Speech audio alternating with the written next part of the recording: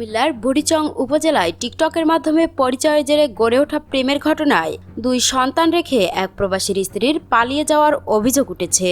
এ ঘটনায় থানায় লিখিত অভিযোগ দায়ের করা হয়েছে। অভিযোগ সূত্রে জানা যায়, উপজেলার ময়নামতি ইউনিয়নের কালাকচুয়াক ডাকলাপাড়া গ্রামের 7 নম্বর ওয়ার্ডের বাসিন্দা সৌদি প্রবাসী ওমর ফারুকের সঙ্গে 2019 সালে পারিবারিকভাবে জান্নাতুল ফেরদৌসের বিয়ে হয়। 1 লাখ টাকা দেনমোহরে সম্পন্ন এ দাম্পত্য জীবনে তাদের 2 ছেলে সন্তান রয়েছে। জীবিকার তাগিদে ওমর ফারুক দীর্ঘদিন ধরে সৌদি আরবে অবস্থান করছেন এবং নিয়মিত পরিবারের খরচ বহন করে আসছিলেন।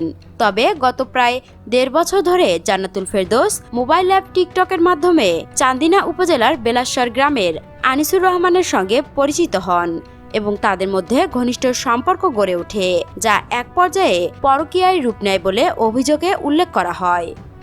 অভিযোগে আরও বলা হয়, বৃহস্পতিবার দিবাগত রাত আনুমানিক 1টার দিকে জান্নাতুল ফেরদৌস 3 ভরি স্বর্ণালংকার, নগদ 2,05,000 টাকা এবং ব্যক্তিগত ব্যবহার্য সামগ্রী নিয়ে আনিসুর রহমানের সঙ্গে অজ্ঞাত স্থানে পালিয়ে যান। পালানোর সময় তিনি বড় ছেলেকে ঘুমন্ত অবস্থায় রেখে ছোট ছেলেকে সঙ্গে নিয়ে যান। পরে আত্মীয় স্বজনের মাধ্যমে ছোট সন্তানকে তার বাবার পরিবারের কাছে পৌঁছে দেওয়া হয়। বর্তমানে বড় সন্তান দাদির কাছে এবং ছোট সন্তান নানির বাড়িতে রয়েছে। এ বিষয়ে ওমর ফারুক মোবাইল ফোনে বলেন, আমি নিঃস্ব হয়ে গেলাম। আমার 2 সন্তান মাহারা হয়ে গেল। একজন রেমিটেন্স যোদ্ধা হিসেবে আমি এই ঘটনার সুষ্ঠু বিচার চাই। এ ঘটনায় এলাকায় চাঞ্চল্য সৃষ্টি হয়েছে।